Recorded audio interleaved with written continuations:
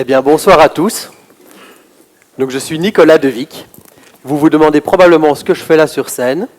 Je vais tenter de vous l'expliquer en un minimum de temps pour que nous puissions entamer cette conversation avec Guibert. Je voudrais commencer par vous remercier d'être tous présents, parce que venir à une soirée intitulée « Changer de regard pour changer le monde », ça demande une forme d'engagement personnel. Et je suis ravi de voir qu'il y a énormément de gens de ma génération, disons, des trentenaires, et puis tous les autres sont certainement des gens très jeunes d'esprit pour pouvoir se poser ce genre de questions. Et puis je pense qu'on peut très sincèrement applaudir l'équipe organisatrice qui a réussi à rassembler autant de monde en un temps record. Voilà.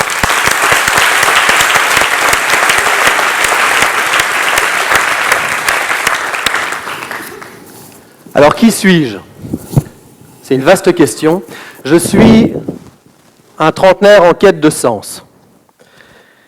Et j'ai travaillé pendant 8 ans pour des grosses, des petites, des moyennes entreprises. J'ai un petit peu tout essayé dans le domaine de comment être un bon employé, et puis monter sur l'autoroute dont on nous vend tous les mérites.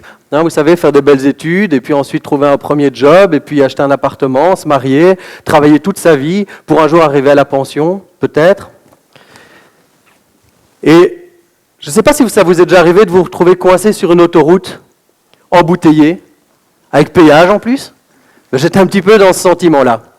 Je ne sais pas si certains d'entre vous ont déjà senti cette frustration d'être coincé sur l'autoroute et de se dire, au fond, j'aimerais bien tourner à droite, essayer les chemins de campagne, mais comme on m'a dit que l'autoroute, c'était la façon la plus rapide d'aller d'un point A à un point B, je vais rester dans l'embouteillage, j'arriverai certainement à la mer avant ceux qui sortent de l'autoroute.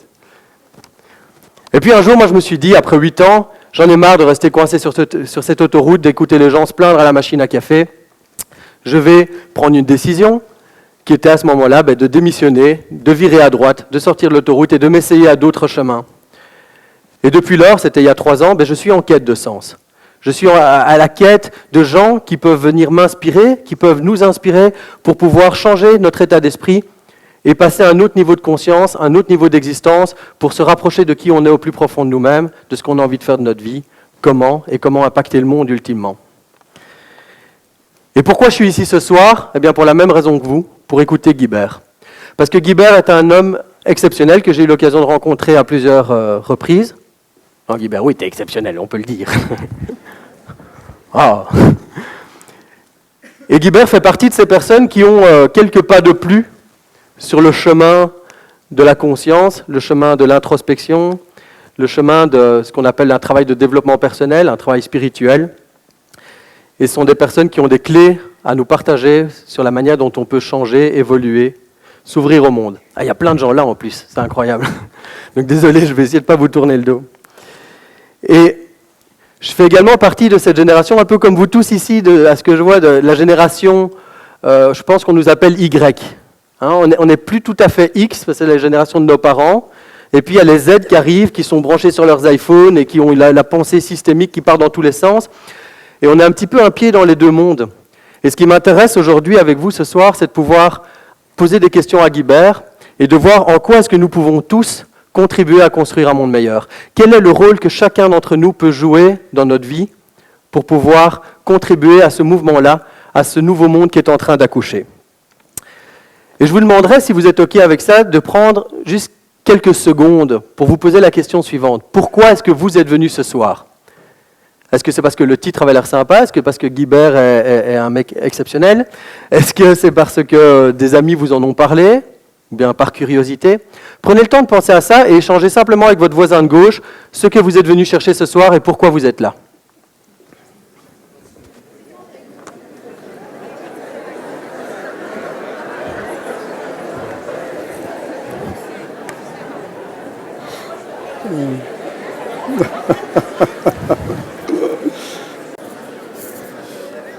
Alors voilà, je vous remercie. Et la question du pourquoi est centrale dans nos vies. Et remettre un petit peu de conscience sur pourquoi on fait les choses, pourquoi est-ce qu'on a décidé d'être présent, c'est quelque chose d'important, c'est vrai pour ce soir, mais c'est également vrai dans votre travail, c'est également vrai dans le temps que vous passez avec les gens que vous aimez. Posez-vous cette question de temps en temps, pourquoi est-ce que je suis ici et en quoi est-ce que c'est important pour moi d'y être pleinement et totalement. Alors pour poser le cadre très rapidement de la manière dont on pensait fonctionner avec Guibert, je vais d'ailleurs vous faire une petite confidence, parce que Guibert m'a dit, depuis plusieurs semaines, oui, je vais t'envoyer une série de questions, etc., et on va faire ça en mode interview. Et puis hier, J'ai demandé à Guibert, donc cette série de questions, elle est où? Et il m'a répondu, j'ai décidé de me laisser guider avec confiance et avec joie.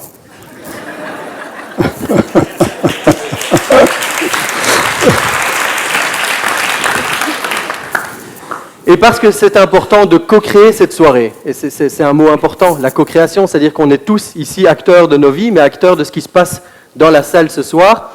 On va consacrer un temps certain à prendre vos questions après un 45 minutes d'échange avec Guibert. Je vous propose de poser les grandes questions à Guibert, et puis par la suite, vous aurez l'occasion également de poser vos questions, et gardez en tête pendant les échanges quelles sont éventuellement les questions que vous avez envie de poser, mais également les petits points de partage, les frustrations, les questionnements qui vous impactent personnellement et à laquelle Guibert pourrait essayer d'apporter des points d'éclaircissement. Donc voilà, Guibert, je t'invite à me rejoindre sur scène. Guibert Velmarman. Ouais.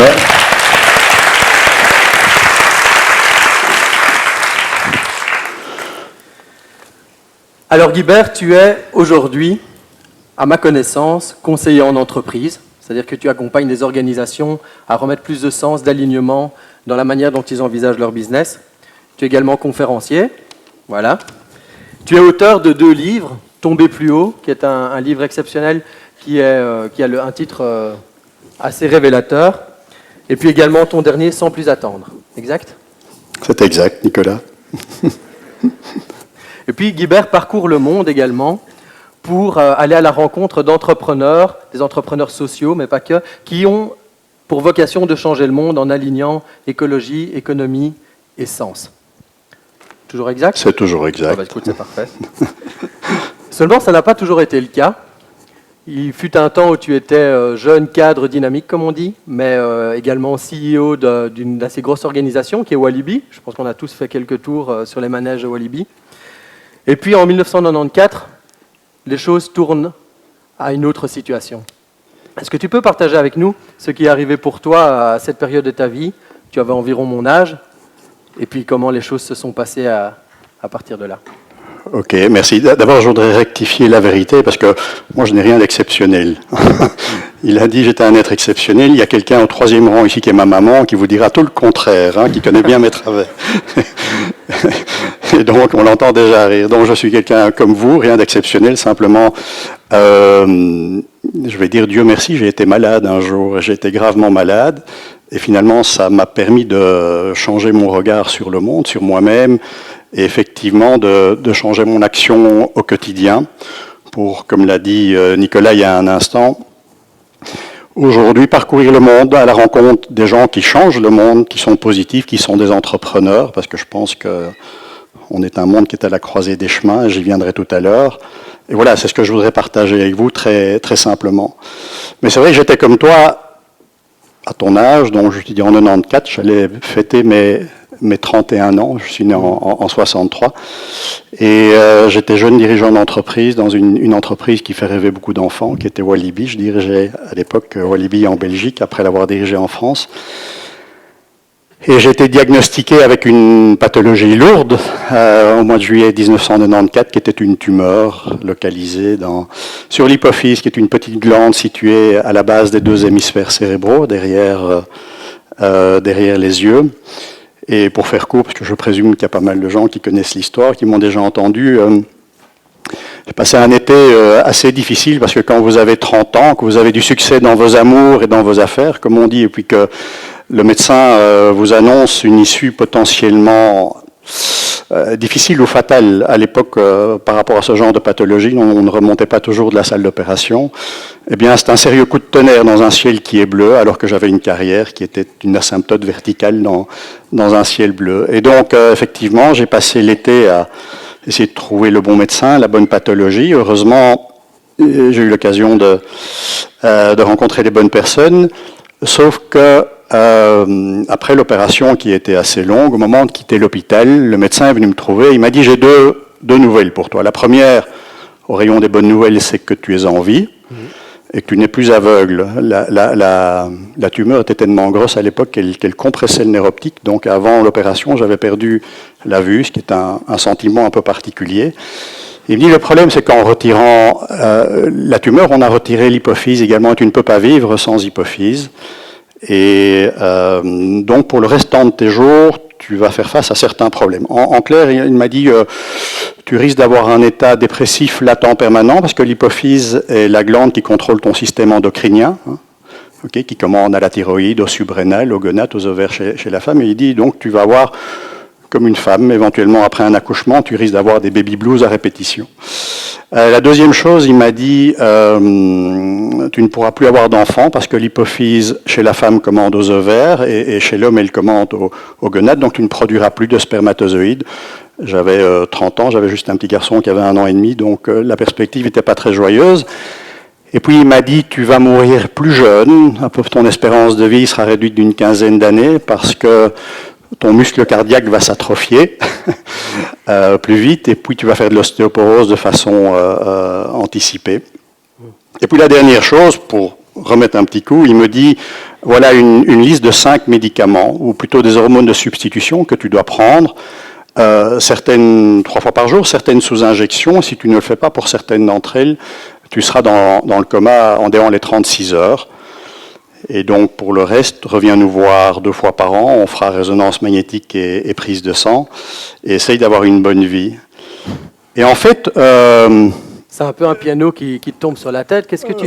Comment est-ce que tu réagis à cette nouvelle? En fait, de façon assez particulière, au moment de sortir de l'hôpital, j'étais pas détruit par, j'allais dire le diagnostic, par la sentence plutôt. J'étais pas détruit par la sentence parce que j'avais compris plusieurs choses.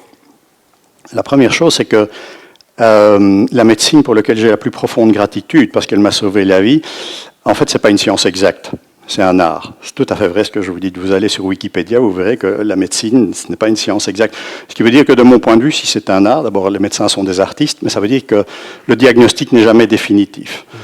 La deuxième chose que j'avais compris, ça c'est le professeur en endocrinologie qui m'avait dit à l'époque, quelque chose qui est très connu aujourd'hui, qu'il était moins à l'époque, il me dit, tu sais, il existe un lien étroit entre ton état psychique, tes pensées, et ton état chimique, ton système immunitaire et tes cellules.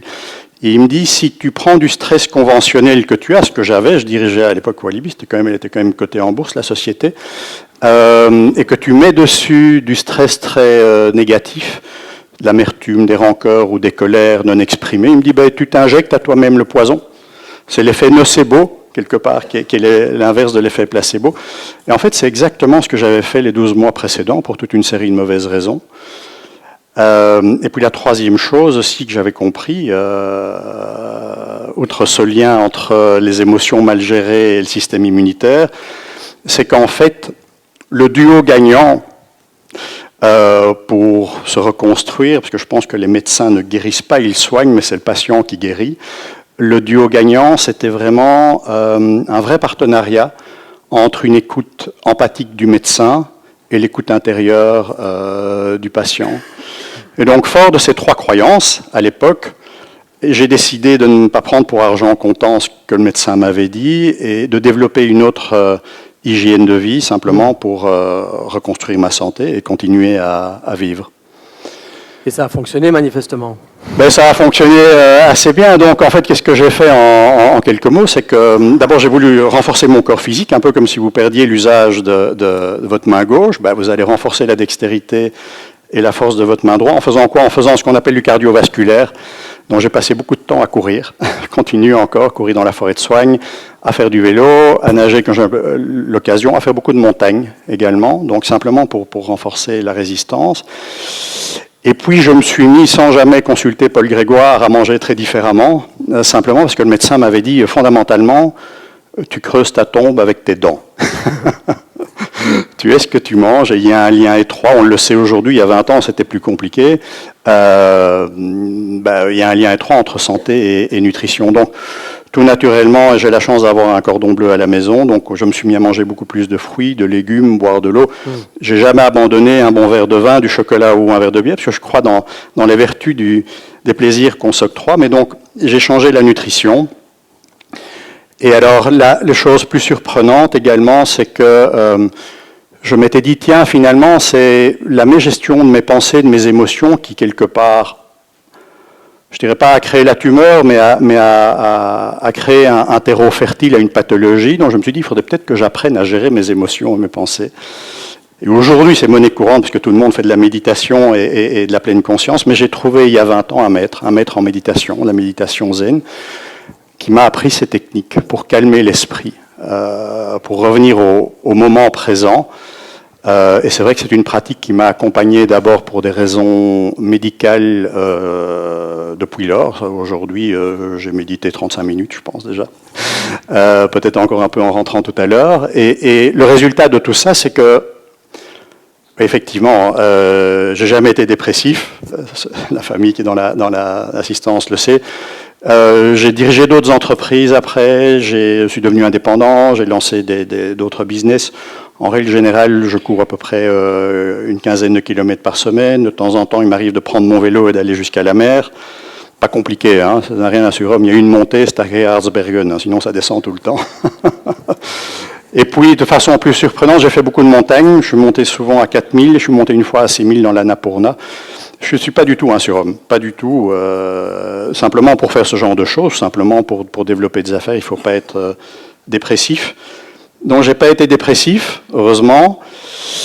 J'ai pas connu la stérilité non plus, puisque j'ai eu la chance d'avoir encore 2 solides gaillards qui sont venus après l'aîné.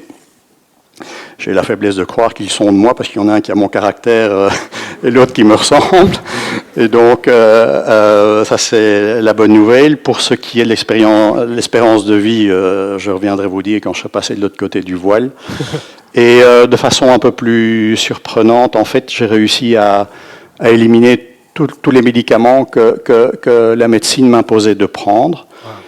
Et donc, effectivement, je suis aujourd'hui à 53 ans en bien meilleure forme que je ne l'étais à 30 ans. C'est toujours un point d'interrogation pour la médecine conventionnelle, le fait de pouvoir vivre sans hypophyse et en bonne santé. Je crois avoir trouvé la réponse en mariant le meilleur des technologies et également les savoirs anciens. Fondamentalement, tu as changé ton regard sur ton monde à ce moment-là et ça a donné ces résultats-là.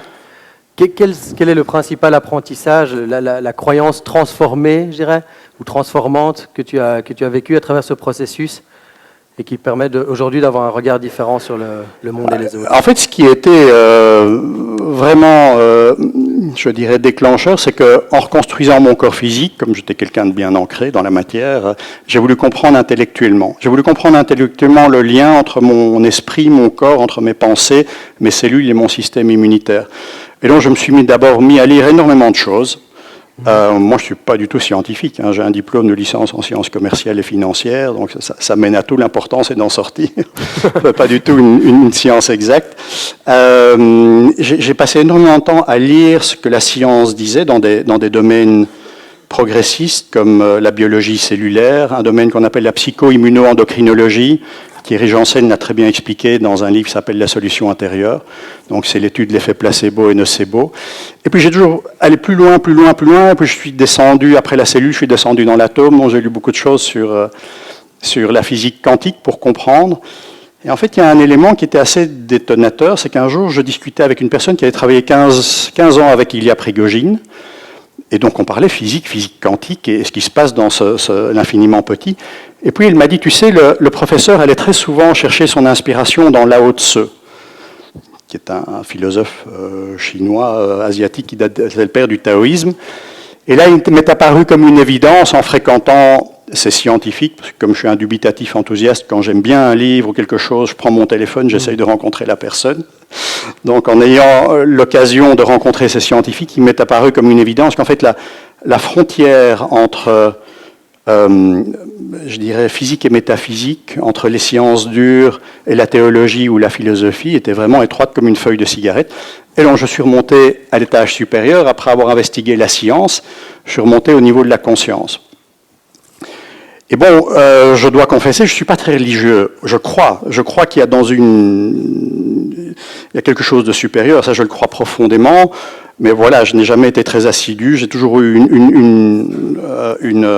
un énorme respect pour toutes les obédiences, j'ai des amis dans toutes les obédiences, mais j'ai toujours eu une certaine crainte du dogme. Et donc j'ai voulu comprendre intellectuellement quel était le lien qui reliait, je dirais, toutes les religions, toutes les philosophies, ou plutôt les enseignements de sagesse, depuis la nuit des temps jusqu'à aujourd'hui. Donc Et les sciences. Pardon ? C'est uni aux sciences également. Oui. Et donc je me suis plongé, j'ai relu de Pythagore au Dalai Lama, en revisitant les voies mystiques, donc ce qu'il y avait au-dessus des religions, la Kabbale pour le judaïsme, le soufisme pour l'islam, les apocryphes pour la chrétienté, les Védas pour l'hindouisme. Et en plus, comme je l'ai dit, je suis un dubitatif enthousiaste. Quand je lis des choses qui m'intéressent, j'ai besoin de l'expérimenter. Et donc, c'est vrai, j'ai pas mal travaillé avec des maîtres de sagesse, que ce soit des kabbalistes ou des prêtres médiums, voire des chamans en Amazonie, pour comprendre, pour expérimenter ce que je lisais. Et donc, il s'est passé quelque chose de très intéressant. C'est qu'à la rencontre de science et conscience, de ce chemin, en fait, ça a changé complètement mon regard. Ça a changé complètement mon regard sur moi en tant qu'individu, en tant qu'époux, en tant que père, mais également en tant que dirigeant d'entreprise et mon regard sur l'économie. Et en fait, j'ai trouvé, pour moi, on y reviendra peut-être tout à l'heure, la réponse à 3 questions fondamentales qui sont: qui est-on véritablement? Qui suis-je? Que vient-on faire sur Terre? Et la 3e question, comment doit-on y vivre? Bien sûr, ce n'est pas la vérité, c'est ma vérité, celle qui m'aide à vivre au quotidien. Est-ce que vous êtes déjà posé ce genre de questions? Ouais. Et le fait est que de trouver pour moi ces réponses à ces questions, je me dis ça a changé complètement mon regard sur le monde. Et en tant que dirigeant d'entreprise, à ce moment-là, je me suis rendu compte, où émergeait en moi la conviction que notre modèle devenait fou parce que générait beaucoup trop d'externalités, beaucoup trop d'impact. C'est ce qu'on voit aujourd'hui dans les journaux, mais c'était il y a déjà une quinzaine d'années. Et j'avais été dans une business school où on m'avait enseigné que, comme on dit vulgairement, the business of business is business, c'est-à-dire que la vraie seule responsabilité de l'économie ou de l'entreprise était la maximisation du profit. Et moi, à ce moment-là, ça m'est apparu comme une hérésie totale.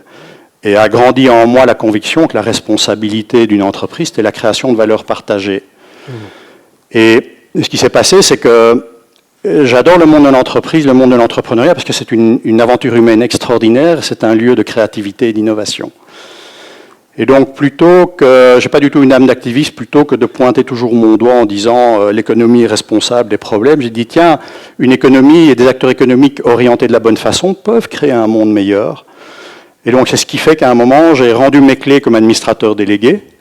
Et quand j'ai passé le cap des 40 ans, je me suis posé la question de savoir qu'est-ce que je vais faire pour les 40 prochaines années de ma vie. Je n'avais pas fait fortune du tout, mais j'estime être chanceux. Je vis dans un pays de cocagne, quoi qu'on en dise. Et la chose la plus importante, c'est ce que j'allais laisser à mes enfants, à leur génération. Et donc, effectivement, j'ai raccroché mes clés comme administrateur délégué et j'ai décidé à ce moment-là d'accompagner les entreprises, les directions, les actionnaires pour leur montrer qu'il y avait une façon différente de faire du business et qu'il y avait une opportunité extraordinaire à construire un nouveau monde beaucoup plus pérenne et beaucoup plus durable. Magnifique. Et quand on voit toutes les crises qui se passent à présent, parce qu'il y a une crise clairement sociale, économique, écologique, qu'est-ce qui te permet aujourd'hui de rester positif face à tout ça? Je sais que t'as bien effectivement, je pense que ça s'étale tous les jours à la une des journaux, donc moi je ne veux pas vous redresser le tableau. On passe de crise financière, crise politique, crise climatique, crise démographique. Soit dit en passant, vous savez combien d'habitants il y avait sur la Terre en 1950 ? En 1950, il y avait 2 milliards d'habitants sur la Terre. Aujourd'hui, on est 7 milliards. Donc il y a une accélération phénoménale. Et force de constater que malgré nos technologies, on ne parvient pas ni à soigner, ni à nourrir, alors qu'on en a la capacité, ni à éduquer tout le monde. Donc il y a gros enjeux. Et donc toutes ces crises, pour moi, en fait, c'est une crise systémique. Et plutôt que de rentrer dans le détail, je voudrais partager avec toi, avec vous tous, en fait, une discussion qui a changé ma vie. Et ça se passait en 2005. J'étais, je pense, au Moyen-Orient. Et j'ai eu la chance de rencontrer un vieux maître soufi Comme je vous l'ai dit, le soufisme, c'est la voie mystique de l'islam, sont les pires ennemis des djihadistes. C'est les premiers qui tuent. Pourquoi? Parce que l'esprit de l'islam, à l'origine, est tout à fait superbe. Et donc je parle au Moyen-Orient avec ce vieux maître pétri de sagesse, et je lui pose la question de savoir, mais quelle est la symbolique de ce tsunami qui, le 26 décembre 2004, avait emporté 300 000 vies sur les côtes asiatiques? Et le vieil homme me regarde et me dit,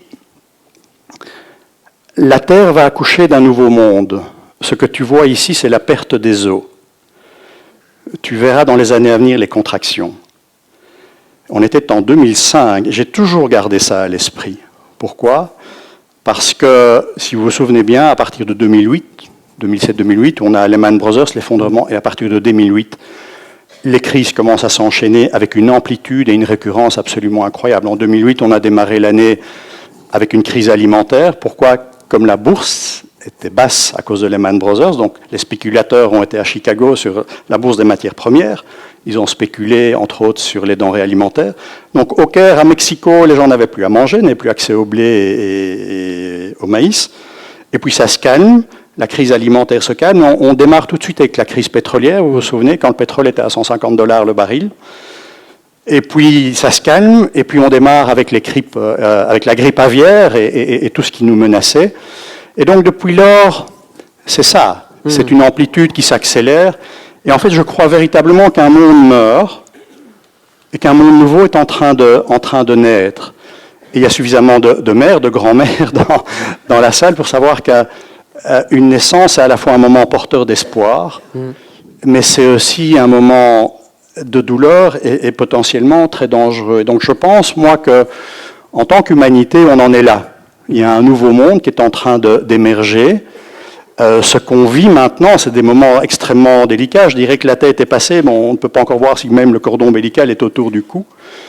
C'est porteur d'espoir, et j'en parlerai dans un instant, parce qu'il y a des millions de révolutions silencieuses qui se passent dans le monde, de gens qui font des choses incroyables, mais c'est aussi porteur de douleur, et potentiellement très dangereux. Et donc ce que j'essaye de faire, moi très souvent, au contact partout dans le monde de ces entrepreneurs de changement, de ces gens qui inventent, ou bien comme ce soir avec vous, ou encore la semaine passée dans les universités, c'est finalement de montrer aux gens qu'il y a des solutions, qu'un avenir peut être meilleur, mais que par rapport à cet accouchement, on a le choix.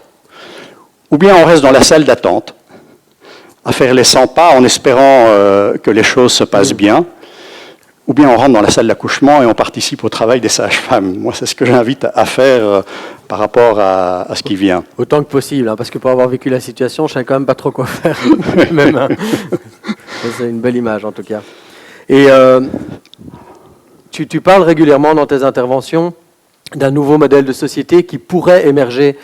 Hein, tu dis souvent comme si les solutions, elles existaient déjà finalement et qu'il ne reste plus qu'à les orchestrer, à les mettre en œuvre. Oui. Est-ce que tu peux nous éclairer sur ce qu'on pourrait voir arriver comme solution à toutes ces crises? Oui, et pour aller même plus loin par rapport à ce que tu dis, la presse ne nous parle pas de ça, mais il y a des millions de révolutions silencieuses dans le monde, il y a des millions de gens qui inventent des systèmes pour rendre notre modèle beaucoup plus pérenne. Alors, qui d'entre vous a vu le film Demain? Ah voilà, on est en terrain inconnu. C'est ce dont il est question, entre autres choses. Moi, j'ai écrit un livre en 2014 qui s'appelle Sans plus attendre, qui parlait vraiment de ça. D'ailleurs, c'est vraiment comme le film, mais en version papier. Et effectivement, il y a une solution, il y a des solutions qui émergent, et c'est ce que moi j'appelle une économie régénératrice. Ça veut dire quoi? Je pense qu'il est trop tard que pour n'être que durable. Pourquoi? Parce qu'on a déjà beaucoup trop impacté la biosphère. Quand j'ai commencé ce chemin, il y a une quinzaine d'années, je me souviens que les études, par exemple, disaient qu'on avait déjà détruit 25% des réserves halieutiques. Halieutiques, c'est les réserves de la mer liées à l'eau. Il y a 3 ans, la même étude a montré qu'on avait déjà impacté 52%. Okay? Mais l'eau, c'est la vie. On ne sait pas vivre sans les océans. Donc, il y a n'être que durable, stabiliser la situation, ça ne suffit plus. On doit mettre en place un système qui génère plus de valeur qu'il n'en détruit et qui génère plus de valeur pour l'ensemble des parties prenantes.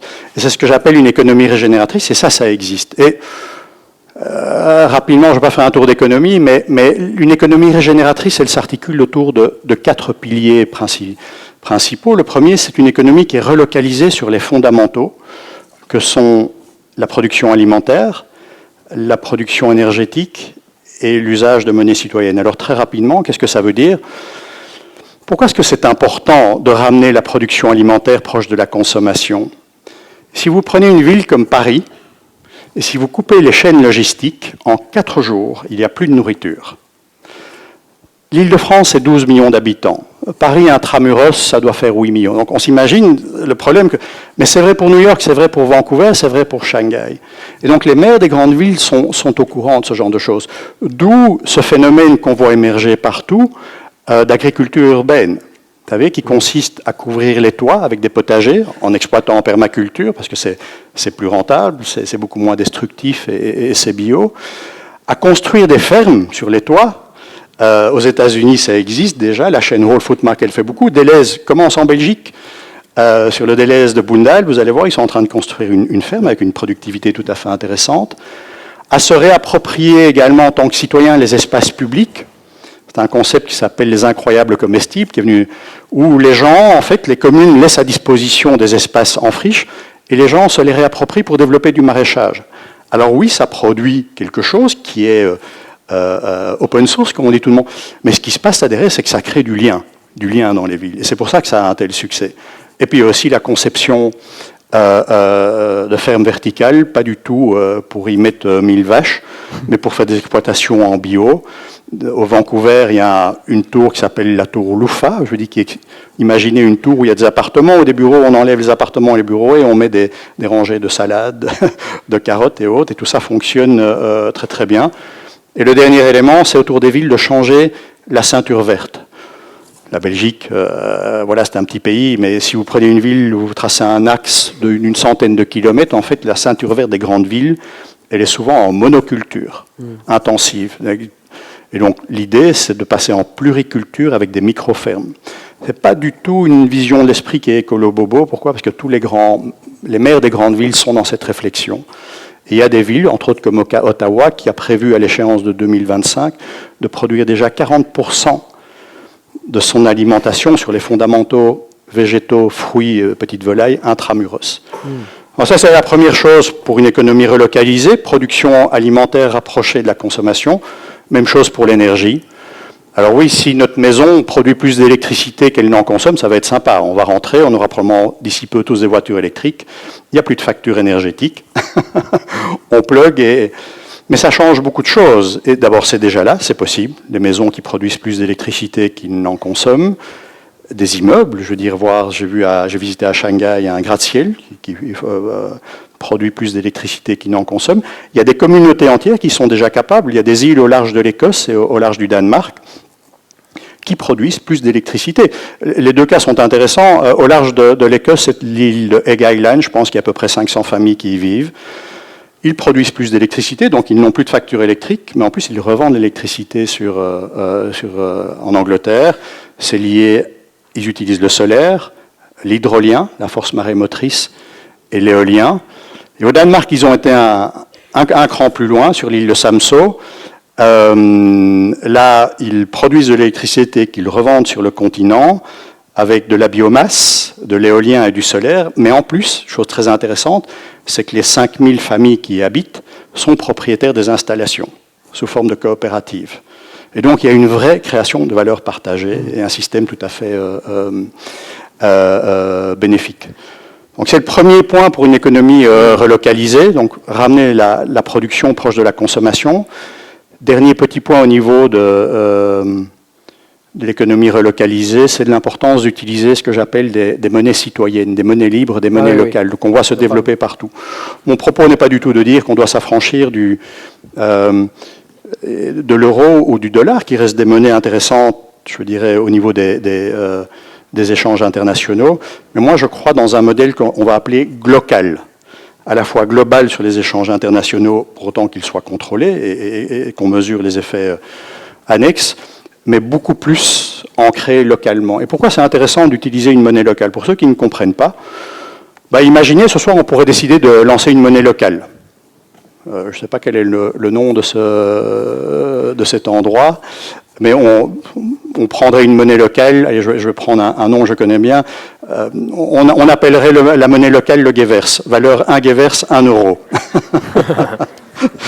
Ok, très très simple. Et puis on déroule une carte ici, on prend un compas et on fait un axe de 3-4 km autour du lieu où on est, et on se dit qu'on va aller trouver tous les commerçants en leur proposant d'accepter au paiement la monnaie Gevers. En échange de quoi, eux sont sûrs de capter toute cette communauté, voire plus. Pour les attirer, très souvent, qu'est-ce qu'ils vont faire? Ils vont faire une ristourne de 5 à 10%. Alors, ce qu'il faut savoir d'intéressant, c'est que ces monnaies sont fondantes. Si vous ne les utilisez pas, dans 2 mois, ça a perdu de sa valeur. Donc, les gens, vous ne savez pas spéculer. Donc, les gens vont l'utiliser de plus en plus. Avec un effet assez extraordinaire, c'est qu'elle circule 3 fois plus vite qu'une monnaie spéculative. Et donc, on sait en économie que la vitalité d'une économie tient à la vitesse de circulation de la monnaie. Et donc, ce qu'on a observé, quand on utilise des systèmes comme ça, de monnaie locale, en fait, on crée jusque 4 fois plus de valeur pour les communautés dans lesquelles on les utilise, au travers de la création d'emplois ou de taxes. Premier pôle d'une économie régénératrice, c'est une économie qui est relocalisée. Ensuite, c'est une économie qui est collaborative. Alors, ça veut dire quoi? Je ne vais pas refaire un long exposé. Vous avez tous entendu parler des systèmes wiki, open source et l'usage des plateformes et du digital, Internet. Tous les systèmes de ce qu'on appelle le crowdfunding, comme KissKissBankBank, le fait de ne plus devoir passer par une banque si tu as un projet intéressant, de pouvoir aller directement de pair à pair. C'est des systèmes de crowdsourcing, ce sont des plateformes qui utilisent l'intelligence collective. En clair, comment ça fonctionne? Vous avez une idée, vous avez un problème, vous ne parvenez pas à résoudre la solution. Vous allez sur la plateforme, je peux vous donner des noms. Vous postez votre problème avec une récompense. Et la plateforme, elle renvoie partout dans le monde votre problème. Alors, la plateforme, elle est très souvent, si c'est un problème technique, elle est connectée avec tous les clubs d'ingénieurs à la retraite ou d'étudiants partout dans le monde. Et le taux de succès de cette plateforme, c'est 85%. Récemment, la NASA a résolu un problème vieux de 33 ans en 27 jours. Et c'est un ingénieur civil anglais à la retraite qui a trouvé la solution. Ça, c'est de l'économie collaborative. Ça, l'outil Internet au service d'une intelligence collective, ça devient... Exactement. Exactement. Alors, il y a souvent un débat par rapport à Uber et Airbnb. Pour moi, Uber et Airbnb ne sont pas vraiment de l'économie collaborative. Pourquoi? Parce que la valeur financière, même si l'idée au début est très bonne au niveau de Uber, qui consiste à dire que la voiture est inexploitée 85% du temps, et que si on optimalise l'usage de la voiture, on va réduire les CO2, les fils. Dans le cas d'Uber, ce qu'il y a de compliqué, c'est que la valeur financière, elle est captée, elle est aspirée par une société qui est quelque part en Californie. Je pense qu'un meilleur exemple est ce que les Sud-Coréens ont fait. Ils ont développé le même concept que Uber, donc une plateforme locale, mais dont la propriété, donc les gens qui sont propriétaires sont les citoyens de Séoul, les pouvoirs publics, des entreprises locales, ce qui fait que c'est un vrai système collaboratif. Et donc ça, c'est l'économie collaborative qu'on connaît, avec également le concept de sharing economy, d'économie de partage. Je présume que tous les jeunes connaissent Blablacar, quand il s'agit d'aller de Liège à Bruxelles ou de Bruxelles à Paris pour 10 €. C'est de l'économie collaborative. Alors, c'est le deuxième point d'une économie régénératrice. Le troisième point, c'est ce qu'on appelle une économie d'usage et plus de propriété. Ça veut dire quoi? C'est en train d'arriver. Fondamentalement, on n'a pas besoin d'être propriétaire de notre frigo. Fondamentalement, ce dont on a besoin, c'est d'avoir une solution de froid. Okay? Et qu'est-ce que ça change si demain, la relation que vous avez avec le fournisseur n'est plus une relation de vente, mais quelque part de leasing ou de location? Je peux vous assurer que plus jamais le fournisseur ne mettra dans l'objet qu'il met à votre disposition, plus jamais il ne mettra de l'obsolescence programmée. Alors moi, je ne sais pas s'il y a de l'obsolescence programmée dans les frigos, je suis sûr qu'il y en a dans les fers à repasser. Et dans les téléphones, j'ai fait la mise à jour de mon téléphone, il ne marche plus pour en acheter un nouveau. Parce que les fers à repasser, moi je vois à la maison l'aide ménagère, tous les 2 ans, et parfois on change d'aide ménagère. Juste après que la garantie se soit arrêtée, elle vient demander un nouveau fer à repasser. Or, on est capable de faire des choses incroyables, des voitures autonomes et autres, et on n'est pas capable de faire un fer à repasser qui dure plus de 2 ans. Donc j'ai un doute là-dessus. Et pourquoi c'est intéressant? Plus jamais ils ne mettront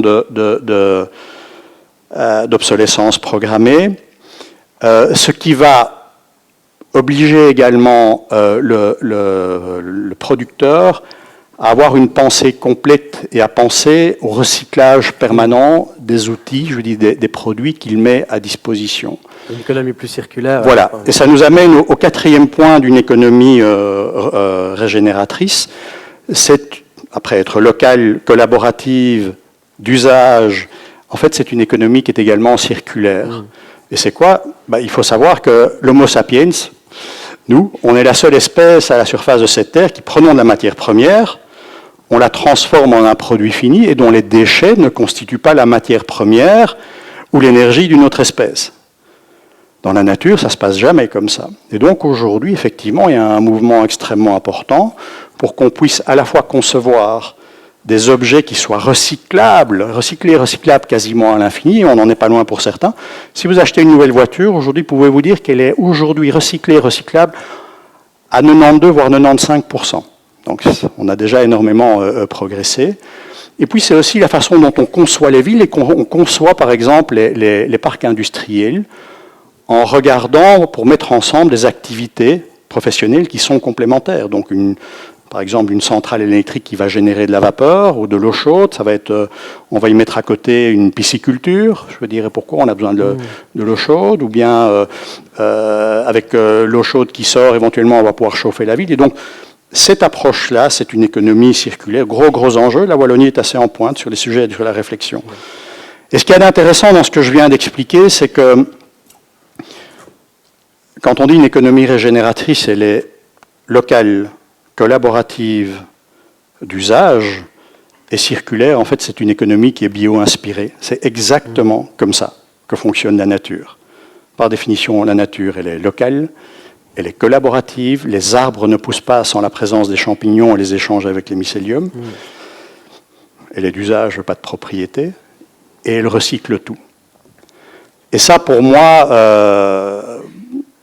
je veux dire, c'est juste magique. Pourquoi? Et c'est pas surprenant. Je pense que la solution à nos problèmes, elle est vraiment dans l'observation humble et attentive du génie et de la sagesse de la nature. Probablement à réapprendre à comprendre la nature, parce qu'on a appris à la dominer et à la modifier. D'abord, on n'est pas séparés, que du contraire, on est interdépendants. Mais si on prend la Terre, qui est un astre qui a 4,5 milliards d'années, si on ramène 4,5 milliards d'années à 24 heures, on doit savoir que l'homme apparaît à 23 heures, 59 minutes et 50 secondes. Okay? Alors qu'on pense qu'on est les rois du monde. Donc vous imaginez la courbe d'expérience qu'il y a dans le monde minéral, dans le monde végétal et dans le monde animal.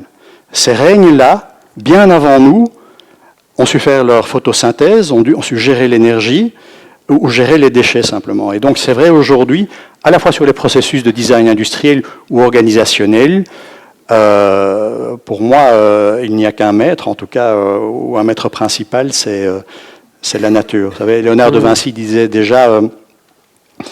va chercher ton inspiration dans la nature, c'est là que réside ton futur. Exact. Et j'ai envie de te poser une question un peu naïve par rapport à ce que tu viens de raconter, et sans vouloir t'emmener dans un discours politique.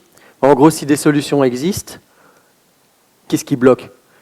Quels éléments de la psychologie humaine font que c'est difficile d'installer ces processus-là? Parce que certes, il y a certaines organisations qui y vont, mais pour accompagner moi-même des entreprises vers ce type de changement, il y a des résistances qui sont énormes. Et j'ai l'impression qu'on est dans une période aujourd'hui un petit peu de lutte, avec une résistance au changement, du court-termisme, et en même temps une perspective assez joyeuse de l'avenir, avec tout ce que tu viens de raconter. Mais voilà. Ce qui bloque, je pense, on a la capacité de tout régler. Je ne suis pas un geek fou de technologie, mais on a vraiment la capacité de tout régler. Les guerres peuvent s'arrêter demain matin. On a la capacité de nourrir tout le monde. On peut nourrir de façon durable, bio, plus de 10 milliards d'individus, contrairement à ce qu'on pense. On a la capacité d'amener l'eau et l'énergie à tout le monde. Si on prend seulement 3% du budget militaire mondial, qui est de 1600 milliards annuels, si vous rajoutez à ça le budget publicitaire, ce que j'ai parlé avant, c'est le budget militaire, si vous rajoutez le budget publicitaire mondial qui est de 800 800 milliards de dollars annuels, on prend une infime partie, un pourcentage de ça, et on donne l'accès à l'eau et à la nourriture à tout le monde. Donc on a cette capacité. Ce qu'il faut pour moi, c'est un saut de conscience. C'est vraiment ça, là que ça bloque. Et le saut de conscience, c'est sortir des fausses croyances, des faux dogmes, et le plus toxique de tous, c'est le sentiment de séparation. Okay, le sentiment de séparation. Les gens pensent qu'ils sont séparés. On a grandi avec des dogmes qui nous enseignaient la compétition. Et en fait, on est séparés de rien du tout. La physique quantique nous montre qu'entre vous et moi, ce n'est pas du vide. C'est de l'énergie, des fréquences et de l'information. Et que dans l'infiniment petit comme dans l'infini grand, je dirais, rien n'est séparé, tout est interdépendant. Et donc, le dogme le plus toxique qu'on a appliqué, ce dogme de séparation, fait que si on l'applique en spiritualité ou en religion, on a la pensée unique qui génère l'intégrisme qu'on connaît. Et au niveau économique, c'est moi ce qu'on m'a enseigné pendant des années, c'est l'économie, c'est simplement faire du profit sans prendre en considération les externalités. Et quelque part, c'est de séparer deux mots, le mot économie et écologie. Mais si on regarde à l'origine des deux mots, si on regarde la racine grecque des deux mots, c'est ekos nomos, ekos logos. Ekos, ça signifie la maison. L'un signifie la science de la maison, l'autre signifie la gestion de la maison. Et on veut séparer les deux. C'est complètement fou. Donc, sortir des faux dogmes, des fausses croyances qu'on nous a inculquées pendant des siècles, des millénaires, passer de l'art de la compétition à l'art de la coopération, c'est même pas un vœu pieux, c'est une nécessité, parce que face aux défis, aux challenges, aux dangers qui nous guettent, personne ne réussira seul. On réussira ensemble. Pourquoi? Parce que c'est trop complexe. Et je pense que, pour aller plus loin par rapport à la réponse à ta question, ça s'apprend dès l'enfance. On a un énorme enjeu, même si on peut concevoir une économie régénératrice, on a un énorme enjeu par rapport à l'éducation et les pédagogies. Et c'est vrai que, ayant été moi-même un très mauvais élève, hein, maman, ayant fréquenté beaucoup de collèges et problèmes de discipline, je pense qu'il y a un énorme enjeu de ce côté-là. Pourquoi? Parce qu'il y a deux choses. Il faut repartir de ce que disait Montaigne. L'enfant n'est pas un vase qu'on remplit, c'est un feu qu'on allume. Première chose. Donc, quel type de pédagogie utilise-t-on derrière? Et la deuxième chose, c'est que je pense que si dès le plus jeune âge, on parvenait à enseigner deux choses, deux comportements aux enfants, le monde serait totalement différent. Et ces deux choses sont l'estime de soi, et pas d'une façon égotique. Accepter qui on est, apprendre à s'aimer, simplement, dans sa complétude, l'estime de soi. Et la deuxième chose, c'est l'empathie. Comprendre le point de vue de l'autre, l'accepter tout en ayant ses propres règles. Et ça nécessite de l'expérientiel, du vécu. Et est-ce qu'il faut adresser ça aux enfants ou est-ce que nous, en tant qu'adultes, tu as dit quelque chose au tout début de cette conférence qui m'a interpellé. Tu as dit j'ai beaucoup lu, j'ai beaucoup étudié. Je pense que tu es quelqu'un, comme beaucoup ici, assez cérébral et bien cérébré. Mais à un moment donné, tu as dit je me suis mis à expérimenter. Tu étais à la rencontre de chamans, tu étais dans des forêts amazoniennes. Oui. Et comment est-ce que nous, à notre niveau, on peut aller vraiment s'imprégner d'une expérience qui transforme et pas juste être dans les lectures et dans les conférences, à dire ah oui, ça, il faut penser autrement, je dois changer mes croyances. Comment est-ce qu'on fait concrètement? Il y a deux choses. D'abord, ce que je vous dis, ce n'est pas la vérité, c'est ma vérité, c'est mon expérience. Après, construisez la vôtre. Il y a deux choses, je dirais, pour s'ouvrir à une autre réalité, oser prendre d'autres directions. Je pense qu'il faut sortir de sa zone de confort. Il n'y a aucun champion qui a obtenu la médaille en restant dans son fauteuil. On est dans des vies qui sont souvent un peu trop cadenassées, donc sortir de sa zone de confort. Oser aller voir ailleurs, oser de temps en temps sortir de l'autoroute, comme tu l'as très bien dit et fait. Et la deuxième chose, moi je pense que pour pouvoir développer un autre regard, simplement sur soi et sur le monde, c'est pouvoir finalement... je dirais, vivre en cohérence avec qui l'on est véritablement. Aligner la personnalité, je pense qu'on a une âme. Avec son âme, essayer de comprendre ce que veut dire la vie, ce que veut dire sa vie et comment vivre. Alors, de façon très pratique, moi, ce qui m'a beaucoup aidé, c'est de toujours essayer d'aligner ce que j'appelle les 4 corps. On a un corps physique. C'est le véhicule terrestre, il nous permet d'aller à gauche, à droite, de se balader. Il faut l'écouter, l'entretenir, le chérir, le nourrir intelligemment, avec conscience. Et puis on a un corps mental. Celui-là, on est vachement fort en Occident. Il tourne, il pense. Je veux dire, d'ailleurs, les Asiatiques disent, enfin les bouddhistes disent que c'est le pire des polluants chez l'homme occidental. Là, on est toujours dans nos pensées en train de juger, d'analyser, de sous-peser, mais comme le disait très bien Eckhart Tolle dans son livre « Le pouvoir du moment présent », je recommande à tout le monde, il dit en fait on vit la majeure partie du temps avec soit l'angoisse du futur, qu'est-ce qui va nous tomber sur la tête demain, surtout quand on lit les journaux, ou bien l'amertume du passé, toutes les douleurs qu'on n'a pas soignées, tout ce qu'on n'a pas eu, tout ce qu'on a eu.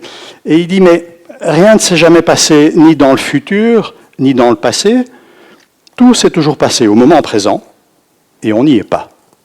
On n'y est pas parce qu'en pensée, on est ailleurs. Or, notre pensée crée notre réalité. Le monde est mental. Vous pensez à quelque chose, je vous dis, c'est votre façon de voir le monde, ça finit par créer votre réalité. C'est très rare qu'on soit en danger.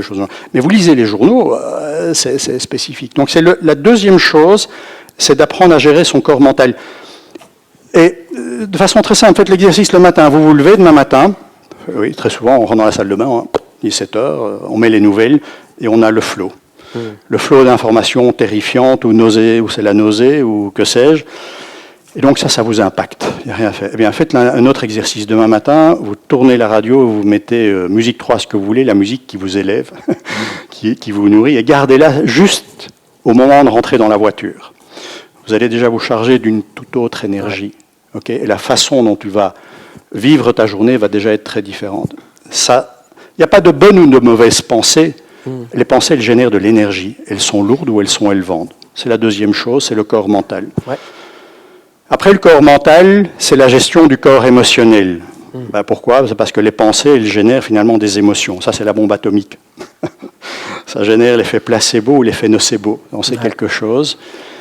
Et les émotions non contrôlées, en fait, elle déclenche des décharges électriques et hormonales, endocrines dans le corps, et ça peut générer des pathologies.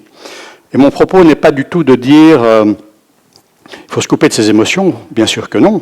On a besoin de la tristesse pour faire un deuil, on a besoin de la colère pour évacuer une tension. Mon propos est de dire plutôt essayons dans la mesure du possible, plutôt que d'être victime ou esclave de ces émotions, de les subir complètement, de pouvoir être observateur. La colère arrive, je la sens. Ça nous arrive tous, je veux dire. Et donc il ne s'agit pas de contrôler ces émotions, mais de les observer. La maîtriser, exactement. Il y a une forme d'acceptation qui dilue après, probablement. Absolument. Et donc, à ce moment-là, qu'est-ce qui se passe ? C'est que on est comme les émotions, c'est comme un cheval, c'est puissant. Okay ? Si on est observateur, on est le cavalier. On est le cavalier et on gère le système. Si on n'est pas observateur, on est le cheval et on va dans tous les sens. Et donc, moi, ce que j'ai pu observer quand on fait ce travail au travers de différentes pratiques, corps physique, corps mental, corps émotionnel, émerge souvent très naturellement le quatrième corps, qui, de mon point de vue, est le plus important, est le corps spirituel. Et ce n'est pas une question d'obédience et de religion, le corps spirituel, c'est fondamentalement pourquoi je me lève le matin, qu'est-ce qui donne un sens à mon existence et qu'est-ce que je voudrais transmettre derrière. Tu nous as partagé tout à l'heure le fait que tu as pu, à travers ton cheminement, répondre à ces 3 questions essentielles. Est-ce que tu serais OK de partager avec nous cette forme de raison d'être, de mission de vie ? Je sais que c'est très intime comme question, mais... De me mettre tout nu. Non, mais je pense que ça peut réellement nous inspirer à nous accorder, nous tous aussi, à aller visiter cette raison d'être et sortir du métro boulot dodo et du pilote automatique pour aller contacter ça aussi. Alors, moi, je suis tout à fait à partager, mais ce que je vais dire ici, je veux dire, c'est ma vérité, c'est pas la vérité, c'est mon ressenti. C'est vrai que la première question, c'est d'essayer de comprendre qui est-on véritablement, et donc là derrière, qui suis-je ? La question m'a beaucoup omnibulé dans la lecture, dans des rencontres, dans des expérimentations, dans des conversations, dans les méditations très profondes, parce que vous entrez quand même dans un autre état de conscience, dans les pratiques chamaniques en Amazonie et autres, sans faire de synthécrisme, vraiment pour toucher à quelque chose de plus large, de plus élevé. En fait, toutes ces expériences, toutes ces lectures m'ont ramené à une phrase que j'ai trouvée chez quelqu'un d'assez extraordinaire, qui était Théa de Chardin, qui pour moi intégrait les deux, à la fois spiritualité et science. Et Théa de Chardin disait ceci: nous ne sommes pas un être humain qui de temps en temps essaye de faire une expérience spirituelle. Nous sommes fondamentalement un être spirituel, c'est-à-dire une conscience, une âme incarnée.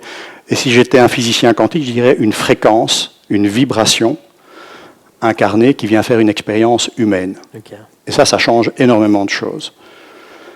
Alors, je me demande une croyance personnelle, ça veut dire que, de mon point de vue, on ne meurt jamais. L'essence même de qui on est ne meurt jamais. Il y a un avant, il y a un après. Et je pense, c'est assez surprenant que la science va pouvoir le démontrer. Ça interpelle les gens. Mais vous devez savoir qu'actuellement, dans pas mal de CHU et d'hôpitaux, on fait beaucoup de recherches sur ce qu'on appelle les expériences de mort imminente.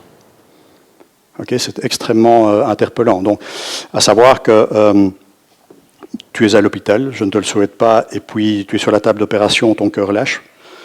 Et donc l'électroencéphalogramme, le cœur s'arrête pour 10 minutes, 15 minutes, 20 minutes, et puis au bout de 20 minutes, la vie revient.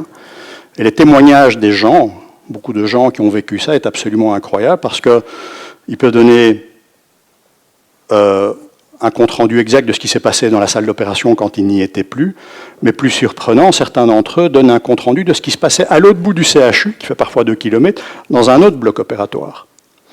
Et donc ça a tellement interpellé des gens j'en ai rencontré qui étaient athées à la base. Il y a quelque chose qui se passe là derrière au niveau de la conscience. J'ai eu l'occasion de discuter avec des anesthésistes du CHU de Marseille, ou avec un cardiologue très connu hollandais qui s'appelle Pim van Lommel, qui ont vraiment été loin là-dessus. Et je pense qu'effectivement, on va un jour montrer que ce que dit Théa de Chardin est tout à fait exact, même si beaucoup d'entre nous le croient. Alors, qui est-on quand on croit ça? Je pense qu'on est un être en transition. L'âme, elle vient, elle s'incarne pour expérimenter chose. Je vais venir dans un instant. Donc, il y a un avant, il y a un après, on est une fréquence. Ça, c'est la première question. La deuxième question, c'est quoi la Terre? Qu'est-ce qu'on vient faire ici? Et ma croyance, qui m'aide à vivre au quotidien, je pense que, ayant redécouvert ce que disait Théa de Chardin, je pense que la Terre, c'est une école, c'est un lieu d'évolution, de transformation, d'évolution, de transmutation, si on est en Asie. Et puis, c'est ce qu'on vient faire ici. Et puis, fondamentalement, quand on évolue en conscience, c'est un peu surprenant, je pense qu'on vient aider. Et le propos, il n'est pas du tout judéo-chrétien ou quoi que ce soit. Ce n'est pas une obligation, c'est simplement, c'est quand on rentre dans un champ de conscience plus large, on se rend compte que la séparation n'existe pas. Que tout est un, que le principe d'unité. Absolument. Et donc de tendre la main vers l'autre, c'est totalement naturel, parce que quand on tend la main vers l'autre, on tend la main vers soi. On ne sera jamais bien si quelqu'un n'est pas bien quelque part. Donc ce n'est pas une obligation. Et ça, c'est de reconnecter au sentiment d'unité, ce que démontre quelque part la physique quantique. Et c'est là que le sens vient se poser également, non? Quand on sait ce qu'on est venu faire, quelle contribution on apporte? Oui, bien sûr. Quand on cherche à essayer de comprendre qui est-on, donc si on accepte qu'on est une... Au-delà de notre personnalité, on est avant toute chose une âme. Hein. Je prends l'exemple de la voiture. En fait, on peut considérer que la carrosserie, c'est ton corps physique. La personnalité qui est en face de moi, Nicolas, avec l'ego, c'est le moteur. Mais que le conducteur, c'est la conscience.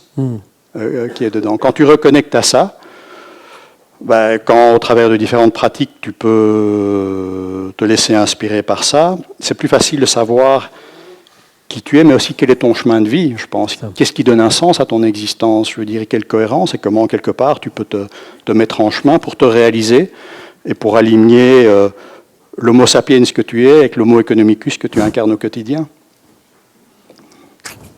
Homo economicus. Oui, c'est ce que tu fais. C'est ce que je veux dire. On est tous quelque part des homo economicus, à savoir que malheureusement, trop souvent, on s'identifie au job qu'on a. On est dans le faire, alors qu'il vaudrait mieux être dans le être et chercher à se réaliser comme individu. Donc la deuxième question, c'est que vient-on faire sur Terre? La troisième, c'est comment doit-on y vivre? Ça, ce serait trop long à expliquer, mais ce que j'ai pu observer, peut-être ça fera l'objet d'un prochain livre, c'est qu'au croisement des savoirs anciens, donc qu'on a pu retrouver dans tous les enseignements de sagesse, dans toutes les voies mystiques qui finalement se connectent, et des sciences modernes, comme entre autres la physique quantique, au croisement, il y a des principes universels qu'on retrouve de part et d'autre. C'est pas comme un doigt divin qui accuse, ou c'est je dois, non, c'est comme le principe de gravité. C'est pas bien ou c'est pas mal, vous respectez pas, ça se passe pas bien. Et il y a des principes.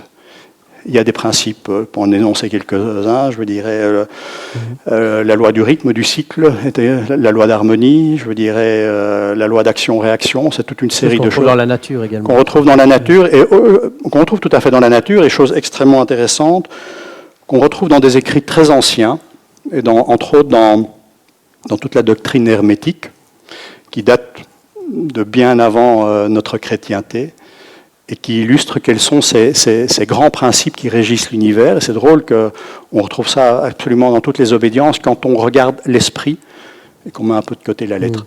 Wow. Et puis pour toi qui a dit à un moment donné que nos pensées créent notre réalité, tu viens de partager avec beaucoup de sincérité et d'humilité ton nouveau système de croyance, et merci pour ce courage-là et ce partage.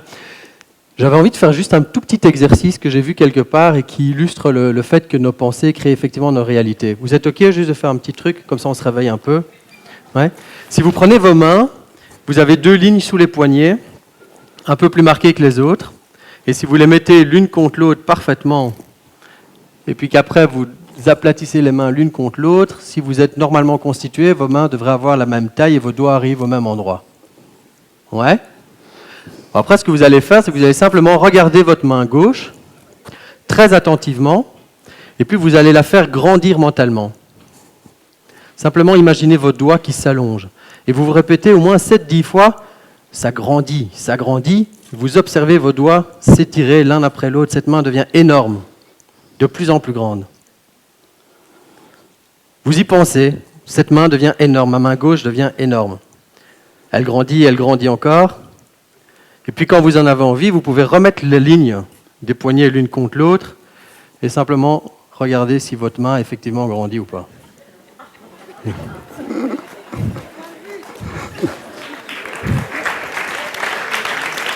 It's magic. Donc probablement que c'est intéressant de choisir nos croyances. Et puis Guibert, merci pour ce partage. Je vous avoue que je n'ai pas la notion du temps, parce que j'ai pas mon téléphone sur moi, donc je ne sais pas s'il nous reste un petit peu de temps. Pour les questions. Donc je vous propose qu'on passe aux questions. Est-ce qu'il y a des gens parmi vous qui ont envie de témoigner, de refaire une conférence? Voilà. Oui, on va juste éviter le mot souvent dans les conférence. questions, il y en a qui font des conférences. Il y a un micro qui doit circuler dans la salle, juste ici à votre droite, donc n'hésitez pas à lever la main et le micro arrive.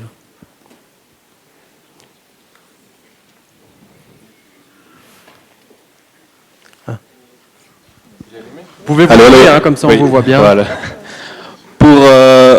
Pour répondre à ces 3 fameuses questions dont vous venez nous parler, est-ce que vous pensez que c'est nécessaire d'avoir une rupture? Vous avez eu votre maladie, on voit beaucoup d'histoires inspirantes où il y a à chaque fois quelque chose qui s'est passé pour bouger.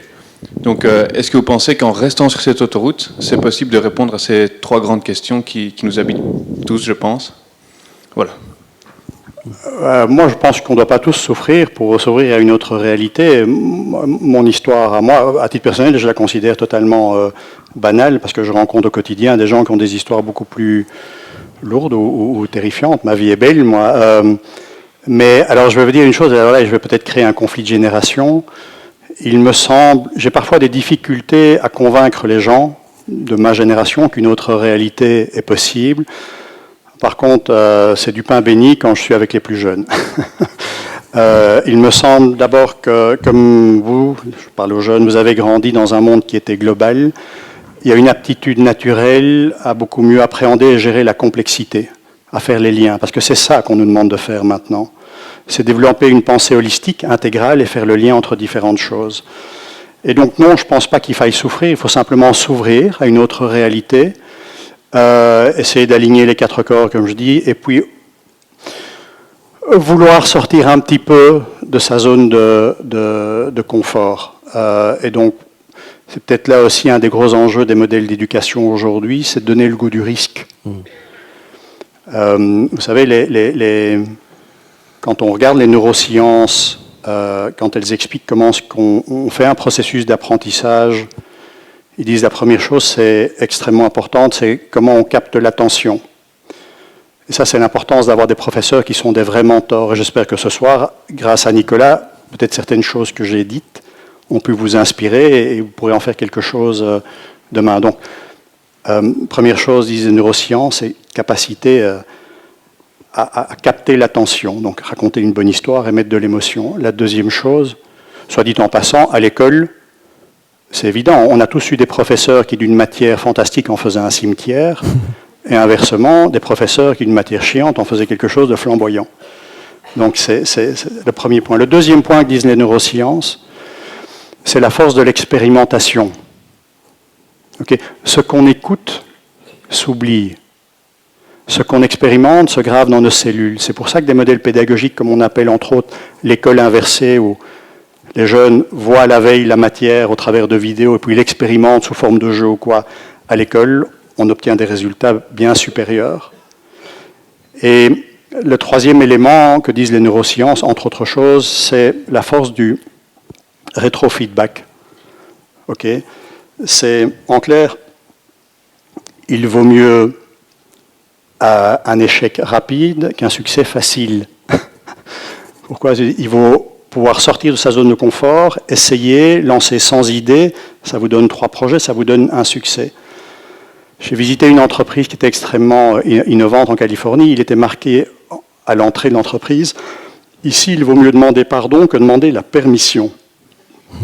Cette entreprise a gagné je ne sais combien de récompenses aux États-Unis comme étant la société la plus créative.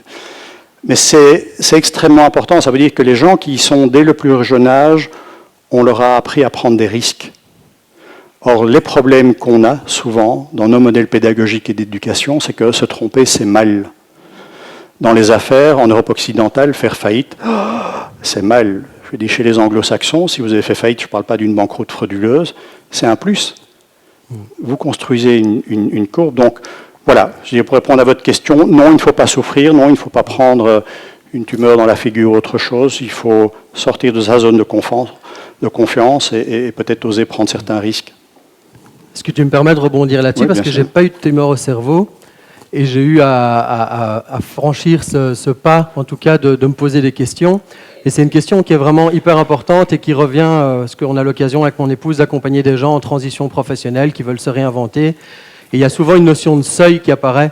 C'est le sentiment d'en avoir marre, C'est plus possible. Et ça peut être un ras-le-bol au boulot, comme ça peut être un grave accident de santé. Mais finalement, c'est dans notre psychologie, ça va avoir le même effet de levier, se dire ça, c'est plus possible, je ne tolère plus. Et une phrase, moi, avec laquelle je vis régulièrement, c'est le fait que tout ce qu'on désire, tout ce que l'on veut, est en dehors de notre zone de confort, sinon on l'aurait déjà.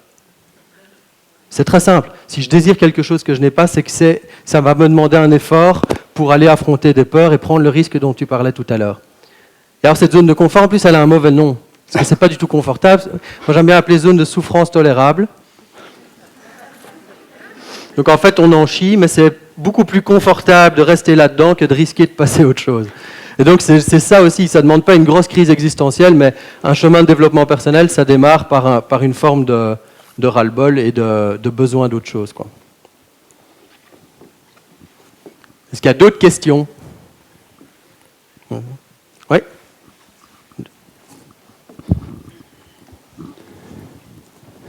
Merci en tout cas pour la conférence, hein, c'est toujours passionnant de vous écouter. Je suis tout à fait d'accord de toutes ces révolutions silencieuses, mais que va-t-il se passer par rapport à ces multinationales qui ont plus d'argent qu'un État, qui peuvent attaquer un État si on n'accepte pas leurs normes, avec le TTPI, avec tout ça.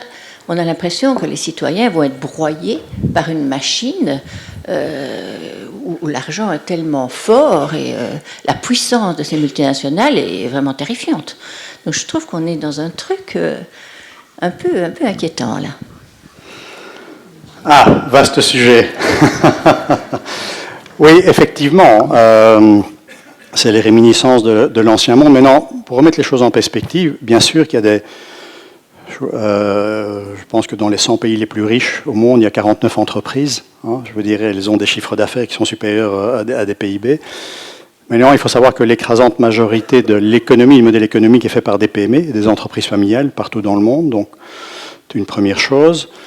Je pense que les grands dinosaures, même s'il y en a qui continuent encore à s'élever, s'ils restent dans un modèle traditionnel, ça ne va plus fonctionner. S'ils sont dans une logique simplement de maximisation du profit et poussés dans le dos par les marchés financiers, ça ne va plus fonctionner. Par contre, ce que je vois, c'est des grandes entreprises, et souvent elles ont un caractère familial au niveau de l'actionnaire, où elles commencent à aller d'une logique qu'on appelle en anglais de shareholder value à stakeholder value. Ça veut dire que plutôt que de dire notre seule responsabilité, c'est la maximisation du profit, ils commencent à comprendre que ce qui garantira la pérennité, c'est d'aller vers une logique de création de valeur partagée, de toujours faire un arbitrage, de savoir quand je prends une décision d'investissement, est-ce qu'elle est bonne pour la génération future? Est-ce qu'elle est bonne pour les employés? Qu'est-ce que ça veut dire pour la communauté dans laquelle je vis? Et qu'est-ce que ça veut dire également pour l'environnement? C'est vraiment en train d'arriver partout. C'est en train de monter. Et pourquoi les entreprises doivent y aller? Il y en a qui sont emblématiques qui y vont. C'est parce que de facto, vous savez, c'est nous qui faisons la différence en tant qu'investisseurs et consommateurs. On peut faire la différence. Parmi vous, quels sont ceux qui ont mis leur argent dans une banque éthique? On est encore tous un peu chez ING, BNP. Je ne voudrais pas citer de nom, mais nous faisons la différence. Et croyez bien qu'une entreprise, elle bougera si le client, et je dis bien le client investisseur et le client consommateur, à un moment se fait entendre. Et logique, je dirais, dans son comportement d'achat et dans son comportement d'investissement, avec ses propres valeurs. C'est la même chose pour nos problèmes démocratiques qui sont énormes. Notre système ne fonctionne plus. Ne demandez pas aux politiciens de changer le système, c'est trop impactant pour eux.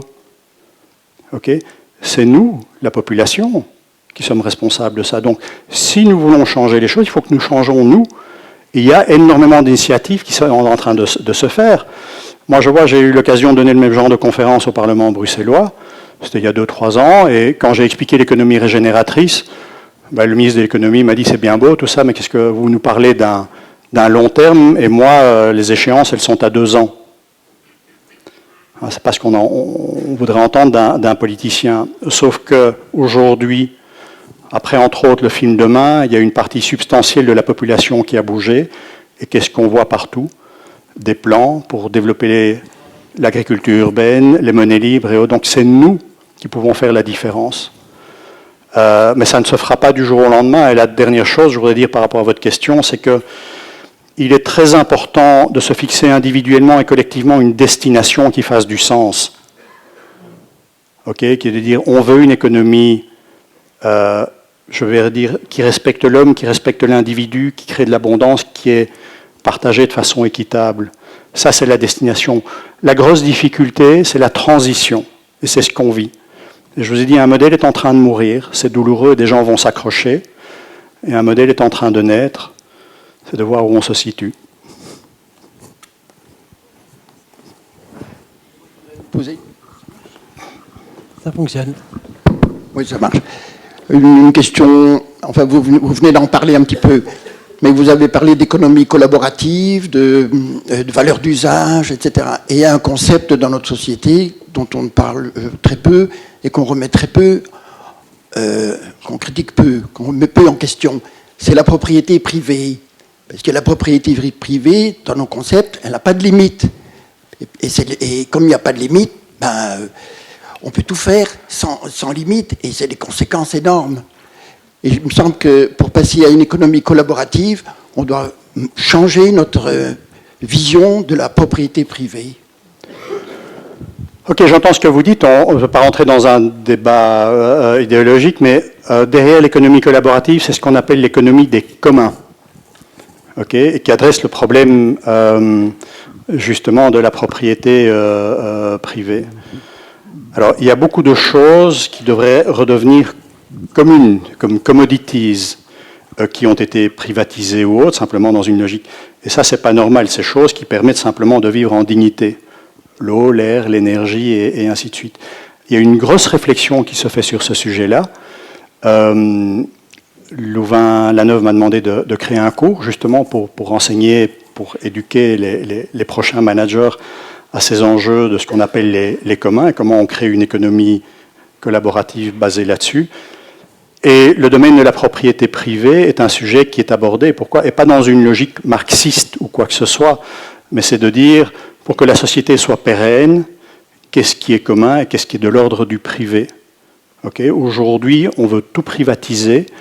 Et l'exemple qui est le plus effrayant, c'est quand les grandes sociétés semencières veulent privatiser, par exemple, les semences paysannes qu'on trouve depuis la nuit des temps. Ça, c'est un énorme enjeu, et c'est toute la discussion qu'il y a aujourd'hui avec l'accord avec les États-Unis et l'accord du Canada. Et ce sont des sujets qui sont qui sont émergents, où je n'ai pas la réponse à tout. Donc ça, c'est la première partie de la réponse, c'est l'émergence de ce qu'on appelle l'économie des communs. Je sais que la Commission européenne va s'y pencher dans quelques jours. Il y a des groupements qui viennent de partout en Europe pour réfléchir ensemble en matière sous forme d'économie, sous forme d'intelligence collective. Et la deuxième chose par rapport à la propriété privée, je pense que c'est un concept qu'il sera plus facile à abandonner quand une minorité ou une majorité de personnes auront évolué en conscience et auront intégré en eux le principe de respect, simplement de la nature, des personnes et autres. Nous, on a la chance, je dirais, d'avoir, dans ma famille, je dis quelques terres à la campagne. Souvent, je me dis, tiens, est-ce qu'on rend l'accès au public ? Le problème, c'est que quand je vois le bord des routes, qui sont truffés de déchets où les gens viennent balancer n'importe quoi et le comportement, je me dis, tiens, peut-être qu'il faudra encore attendre quelque part quelques décennies ou quelques années que la conscience collective et cette notion d'interdépendance homme-nature et du respect entre toutes choses évolue un peu pour que le concept de propriété privée tel qu'on l'a connu puisse faire un pas en arrière. Ce n'est qu'une croyance. Hein.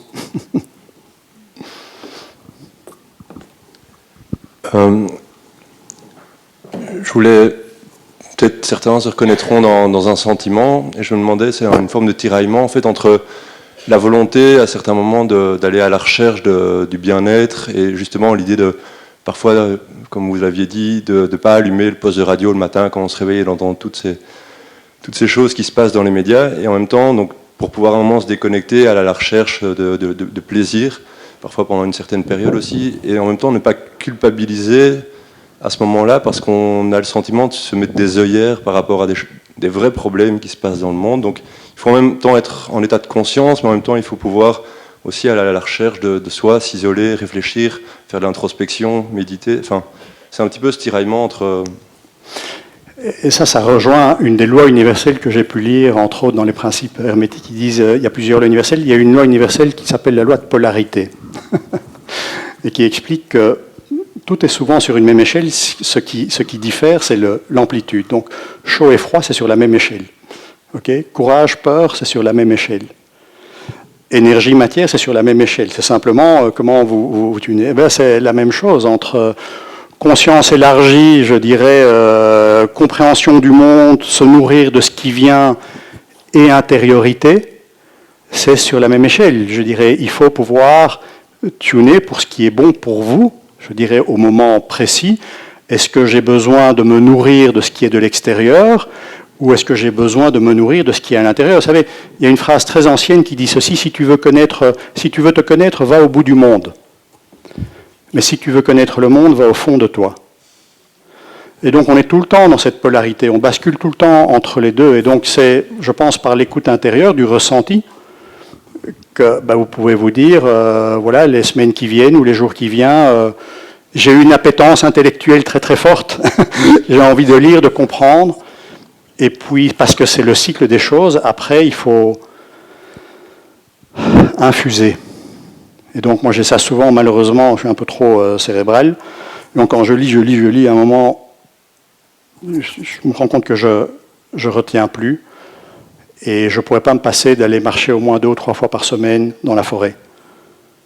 Simplement parce que c'est à ce moment-là où ça descend, où ça prend forme et où l'information qui vient de l'extérieur rencontre l'information qui est à l'intérieur et me permet d'avoir ma propre compréhension des choses. Donc c'est toujours de trouver l'équilibre. Vous savez, en médecine, on dit, c'est comme le venin, hein, poison ou remède, c'est la dose qui est déterminante. C'est la même chose avec l'information que vous prenez à l'intérieur ou à l'extérieur. Je crois qu'on a aussi la capacité aujourd'hui de sélectionner l'information qu'on consomme. Plutôt que de se laisser envahir par un flot d'informations qui nous remplit le cerveau en permanence, choisir des lectures, mais également choisir les chaînes d'information sur Internet pour avoir des fils d'actualité sélectionnés, etc. Enfin, moi, j'ai essayé comme ça j'étais un gros addict d'écouter la radio le matin et de me dire à quel point c'était terrible, cette crise politique et ces trucs. Et puis après avoir lu 2-3 bouquins qui disaient à quel point c'était bon de s'en détacher, j'ai mis ça de côté. Et en fait, on a l'air stupide un très très court laps de temps parce que quand il se passe quelque chose d'important, il y a tout de suite 10 personnes pour nous le dire et on a l'air con 5 secondes. Oui, tout à fait. Donc, et puis on s'informe. Enfin, je crois que c'est aussi faire le choix plutôt que de se laisser remplir en permanence de mauvaises nouvelles. Oui, mais je suis d'accord avec toi, Nicolas. Il y a juste une chose, c'est que je pense ici, on souffre tous, certainement ta génération, la mienne, je veux dire, de ce qu'on appelle l'infobésité. Ouais. Okay, on vit, on a nos smartphones, choses dans ce genre-là, et on reçoit. Ouais, c'est vrai. On est bombardé d'informations en permanence. Et tu as un petit peu moins de cheveux gris que moi, donc déjà ta génération et celle qui suit, vous avez déjà naturellement, neurologiquement, une meilleure aptitude à gérer la complexité, à gérer ce genre de choses. Mais il arrive un moment où c'est juste plus possible. Okay, et cette infobésité, elle nous guette à chaque instant. Pourquoi? Parce que l'information, elle est partout. Mais les gros enjeux, c'est comment on définit ce qui est intéressant et ce qui est juste. Parce que l'information sur le web, il y a un ramassis de conneries, de choses même toxiques et dangereuses. Donc la première chose, c'est accéder à l'information juste et qui est utile par rapport à ce que j'ai à vivre. Et ça demande, c'est vrai, ça demande une hygiène de vie, ça demande de pouvoir se poser, de se dire, bon, qu'est-ce que je prends, qu'est-ce que je ne prends pas, et comment j'utilise intelligemment les technologies. D'un autre côté, c'est fascinant, hein, c'est comme si... grâce aux technologies, on se retrouvait enfermé dans la bibliothèque d'Alexandrie. Aujourd'hui, on peut tout savoir instantanément sur tout, sur le passé, sur le futur, et ça va s'accélérer avec l'intelligence artificielle. Mais là, je pense que ça demande de notre part une hygiène, une rigueur et une discipline pour lutter contre cette infobésité qui peut mener quasiment à la dépression, voire plus loin. Il y a un monsieur qui a un micro ici juste devant aussi. Comme j'ai le micro, j'en profite. Merci pour la façon si claire que vous avez d'être si complet en si peu de temps, en nous montrant clairement le monde vers lequel la plupart d'entre nous souhaitons aller, en nous montrant comment on peut y arriver par la pensée et par l'action. Le simple fait de le voir fait que, comme tout éteint, on y va. Le fait d'y penser, ça nous fait y aller. Le fait d'y aller nous-mêmes aussi. Mais par contre, on a vu que si on est 99% à être relativement intéressé par cette perspective très positive, il y a malheureusement 1%, ce qui fait encore plus ou moins 70 millions de gens, qui ont quand même des gros joujoux en main et qui peuvent sérieusement nous embêter. Alors, on peut évidemment se dire, ce n'est qu'un mauvais moment à passer, c'est le crabe qui sort de sa carapace, mais ça fait quand même pas mal de gens qui meurent chaque jour dans une mer à gauche, à droite, ou accrochés à tel ou tel grillage. Alors, je voudrais vous demander, comme petite sage-femme aspirante, à la mère sage-femme, quels sont les quelques mots-clés, les quelques conseils clés qui, selon vous, permettent de faire basculer le plus rapidement possible, le plus facilement possible, le plus de 1% possible vers les 99%. Merci. Merci pour la question. Good luck, hein. Et il y a... Alors, moi, c'est vrai que je suis un utopiste pragmatique. Donc, c'est comme quand vous faites des cours de conduite défensive, on va vous expliquer que si vous voulez éviter l'obstacle, vous devez regarder là où vous allez passer. C'est comme, j'ai fait pas mal d'alpinisme, et quand vous êtes sur la paroi, vous êtes très conscient de ce qui ne va pas, du vide qu'il y a sous vos talons, mais vous vous concentrez sur le dessus. Et donc c'est vrai que j'ai tendance à regarder le verre à moitié plein plutôt qu'à moitié vide, même si je suis très conscient de ce qui ne va pas. Alors au rayon des bonnes nouvelles, et on peut en faire partie, c'est que les études sociologiques montrent que si vous voulez faire basculer un système, vous ne devez pas changer tout le monde. Les études sociologiques montrent que pour faire basculer une communauté, une population, un pays, ou que sais-je, il faut que s'élèvent à peu près 2 à 3%, entre 2 et 5% de gens qu'on va appeler, au MIT ils appellent ça des maîtres, donc c'est-à-dire des gens qui peuvent énoncer une vision pour le groupe, pas individuel, donc proposer une direction inspirante, et ces 3 à 5% de la population vont générer en règle générale 12 à 15% de ce qu'eux appellent les chevaliers, des gens qui vont dire ce que lui dit, ce qu'il a écrit, ce qu'il vit, ça résonne au plus profond de mes cellules. Demain matin, je pars dans cette direction-là. Okay, et donc je deviens un chevalier acteur du changement.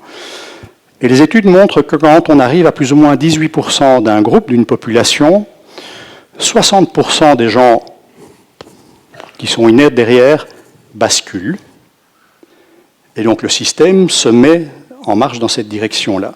20% ne bougent jamais, ils sont accrochés. Alors le problème, c'est que ça fonctionne dans les deux sens. On estime par exemple que les nazis représentaient 17% des Allemands, pas plus. Mais ils ont réussi à faire basculer l'Allemagne parce qu'il y avait le contexte qu'on connaît, la rancœur du diktat de Versailles et ainsi de suite. Donc moi, c'est ce qui me fait lever le matin au quotidien, c'est pour justement ces 1%, c'est d'essayer au travers de ces 1% de faire bouger ces 3 à 5% en leur proposant une autre réalité où tout le monde gagne finalement, et que là derrière, il y ait aussi 15% de gens qui se mettent en mouvement. Vous savez, j'ai la chance de voyager beaucoup.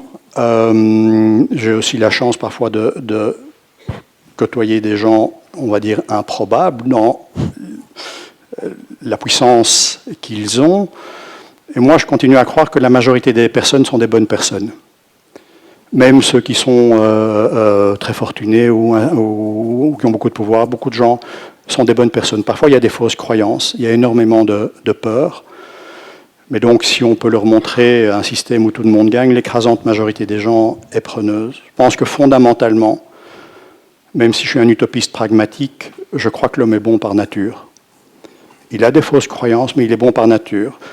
Les médias nous abreuvent de la violence au quotidien, mais il y a beaucoup plus de gestes de bienveillance au quotidien. Pensez simplement aux actes que posent les mères à tous leurs enfants. Et c'est vrai également parmi ces 1%. Ce qu'il faut faire, c'est les aider à mettre d'autres lunettes, leur montrer ceux qui parmi eux ont bougé, et peut-être qu'on atteindra justement de cette population les 16-18% pour faire basculer le système. Oui, j'ai juste un petit problème logistique. Il y a les policiers qui sont là devant la porte, qui disent qu'il y a trop de voitures mal garées, dont une Peugeot rouge. C'est ça? Viens un peu me dire. Une Peugeot 206, quoi? Rouge, mais la plaque, on ne sait pas. Bon, ils veulent pas qu'on continue tant qu'elle reste là. Ah, mal allé. Mais oui, c'est pas sympa, ça.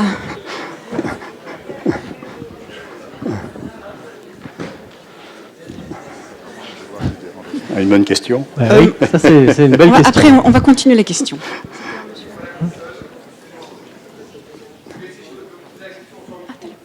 Ah, pardon. Attends. Le problème, je suis malentendant. Donc si Attends, un tout petit... Robert, 2 secondes, il va donner la plaque de la voiture et puis je t'apporte le micro. LNS 720. Que celui qui a le courage se lève. Et tous les autres ferment les yeux pour pas voir qui c'est. Personne ne regarde. Quelqu'un se lève ou personne ne se lève? Une Peugeot rouge, oui. Voilà, bien, c'est pas voilà chez quelqu'un nous. qui est sorti de sa zone de confort. Donc, en complément de ce que vous venez de dire, on est tous bien d'accord qu'on vit dans un pays de cocaïne ici en Belgique. Imaginez que vous ayez devant vous maintenant des gens qui ont faim ou des mères de famille qui perdent des enfants parce que, bon, je viens d'avoir l'expérience au Congo, où il y a 10 enfants par famille. Quel est le message qu'on pourrait passer à ces gens-là pour relayer ce que vous nous dites ce soir? Alors, il y a plusieurs choses pour vous répondre. La première chose, c'est que je suis habitué à aller dans les bidonvilles, en Inde particulièrement. Donc c'est une réalité que je vois, que je connais. Je travaille beaucoup avec les entrepreneurs sociaux sur ces sujets-là, de façon assez surprenante, et j'ai énormément de compassion pour ce que je vois, mais c'est un peu terrible ce que je vais dire. J'ai aussi vu beaucoup de souffrance, de douleur et beaucoup de joie en même temps chez ces gens qui avaient peu, qui étaient dans la difficulté. Ça, c'est une première chose. La deuxième chose, c'est que je ne tiens pas le même discours. Pourquoi ? Parce qu'on me dit, tiens, tu fais ça, tu dis ça, parce que toi, tu es nanti. Tu vis dans une vie où tu ne manques de rien, tu n'es pas dans la survie. Ben justement, si moi je ne le fais pas, qui le fera ? Okay ? Et donc, les gens qui sont dans la survie, je dis, la seule chose que je peux faire, ou contribuer à faire, c'est de les aider à apprendre à pêcher. Je suis intervenu récemment dans un bidonville près de Bangalore, en Inde, avec des Indiens, pour voir comment est-ce qu'on pouvait enseigner les principes de permaculture à ces gens qui habitent dans des slums, pas pour leur donner de l'argent ou leur donner de la nourriture, mais pour qu'ils puissent devenir eux-mêmes, on appelle self-supporting. Donc, face à ces gens, inutile de faire des beaux discours, il faut essayer de réfléchir avec eux, c'est quoi leurs problématiques et c'est quoi leurs forces, qui sont absolument extraordinaires. Si le sujet vous intéresse, je vous invite à visiter sur Internet une université qui s'appelle l'Université des Va-nu-pieds, donc qui a été créée en Inde, entre autres choses, avec tous les parias, les intouchables, les gens qui n'ont rien, qui vivent dans les slums, et qui échangent entre eux les meilleures pratiques, à la fois pour pouvoir vivre décemment, pour pouvoir vivre, avoir de l'énergie, et ainsi de suite. Il y a encore une fois des initiatives incroyables qui arrivent. Il faut connecter les gens, ne pas les regarder avec condescendance, les écouter, et puis essayer de leur apporter ce qu'il faut au bon moment pour qu'ils puissent retrouver la dignité. Pour moi, la dignité, elle s'appuie sur le fait de pouvoir manger, sur le fait d'avoir un abri, sur le fait d'avoir accès aux soins de santé, et probablement le plus important, sur le fait d'avoir accès à l'éducation. Pourquoi ? Parce qu'on dit souvent qu'il y a 4 mots à la surface de cette planète: misère, guerre, pandémie, et le pire de tous, le 4e, c'est l'ignorance. Donc voilà, quand je suis dans ces pays-là, je ne fais pas ce genre de discours, on est dans des choses extrêmement pratiques et pragmatiques qui consistent à les écouter, à apprendre d'eux également, et de voir comment ensemble on peut remettre l'ascenseur en route sur ces 4 sujets-là. Merci Guibert. Est-ce qu'on a encore le temps de prendre une question ? 10h moins quart, parce qu'il y a un petit monsieur à qui j'ai piqué le micro pour la voiture. Bonjour, merci pour tout, pour en tout cas ce discours est très inspirant. Il y a parfois, surtout dans la génération jeune, il y a souvent oui cette attirance, cet éveil de conscience, se dire qu'il existe d'autres solutions, et on a l'éveil, on a la conscience, et puis on se dit on va faire quelque chose, et puis alors on se tourne vers l'environnement direct, et là on se retrouve face à des barrières, face à parfois même des jugements ou des choses où on se dit mais où est-ce que tu vas, tu n'es pas dans le rail et alors automatiquement on va se tourner vers des personnes qui ont la même fréquence, qui sont sur cette même état de conscience. Et donc je voulais savoir quelles étaient parfois les clés que vous avez rencontrées quand vous avez dit des personnes de la même génération de vous qui vous écoutent pas ou qui sont pas dans la même résonance que les jeunes. Quelles sont justement les clés que les solutions, 3 solutions ou peut-être une, mais qui vous ont aidé à continuer dans ce sens-là? J'en ai une à côté de moi. qui est Nicolas. En clair, pour répondre à votre question, moi je considère que les personnes de ma génération, celles au-dessus, qui avons cette envie, je dirais, cette compréhension, peut-être cette ouverture à un nouveau monde, ben on est peut-être des ponts. J'ai grandi dans l'ancien, on m'a appris autre chose.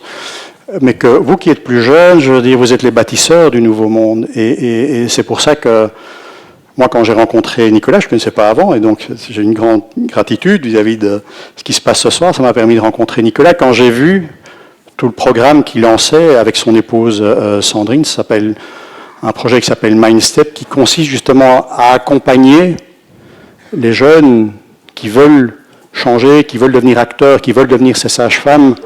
Moi, je suis qu'un indicateur. Je parcours le monde, je regarde et puis je monte des directions, je suis un perspectiviste. Mais Nicolas, c'est un bâtisseur.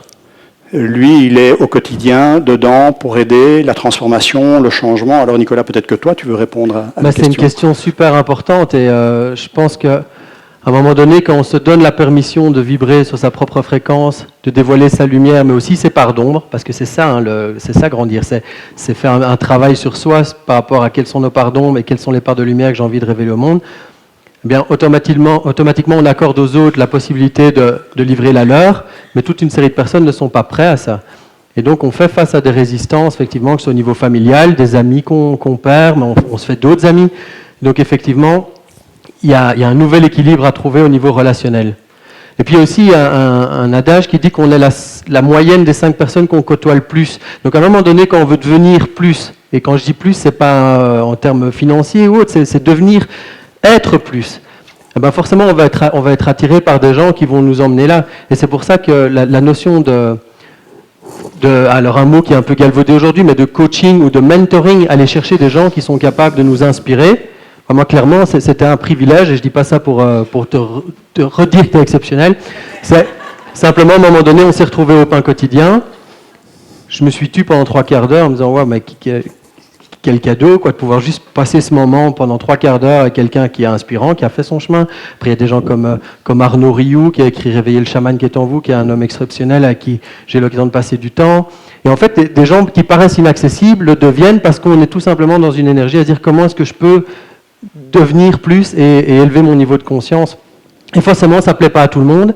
Et après, ce qui est marrant, c'est que les gens qui sont en résistance au premier abord, c'est souvent parce qu'on est dans une phase où on se dit « Ouais, moi, je sens que je vais m'ouvrir à ça et ça. » Je me rappelle, moi, au début, j'avais mis de partout dans notre appartement des affiches avec des citations inspirantes. Et mon père est arrivé en disant « Mon fils est dans une secte. » Il a complètement pété un câble.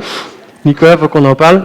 Mais par contre, voilà, 3 ans plus tard, ça fait partie de qui on est devenu, ma femme et moi. Nos enfants baignent là-dedans, dans le développement personnel, dans les conférences. Et finalement, c'est devenu la norme pour nos parents qui s'inspirent de ça et qui transforment peu à peu certains éléments de leur vie parce que nous, on est plus à l'aise avec ça. On ne cherche pas à expliquer aux autres comment est-ce qu'il faut penser autrement. Parce qu'on a tendance à faire ça au départ. Et quand on essaye de convaincre quelqu'un, il se rétracte en disant « Moi, j'ai pas besoin de tes croyances ». Donc c'est vraiment un cheminement, mais certainement que c'est inconfortable au début vis-à-vis de certaines personnes de changer parce que les gens n'aiment pas quand on change. Ça les renvoie à leur propre inaction. Et lui ne peut pas le dire, mais moi je vous invite, c'est le 23 novembre ? Le 29 novembre. Le 29 novembre, Nicolas et Sandrine organisent une conférence expérientielle avec Arnaud Rioux, qui est un homme exceptionnel, et Thomas Dansbeau, que vous connaissez, justement sur ce changement intérieur. Et il n'y aura pas que des paroles, il y aura de l'expérimentation. Et pour toi qui as posé la question, c'est aussi l'occasion de connecter une communauté qui vibre à la même fréquence. Moi, c'est la première chose que je dis quand les gens veulent changer. Je dis, il y a ce travail d'intériorisation pour définir où est-ce qu'on veut aller, et puis c'est identifier, on n'est jamais seul sur le chemin. Ok, il faut connecter, et puis échanger, et puis les choses se portent. C'est clair.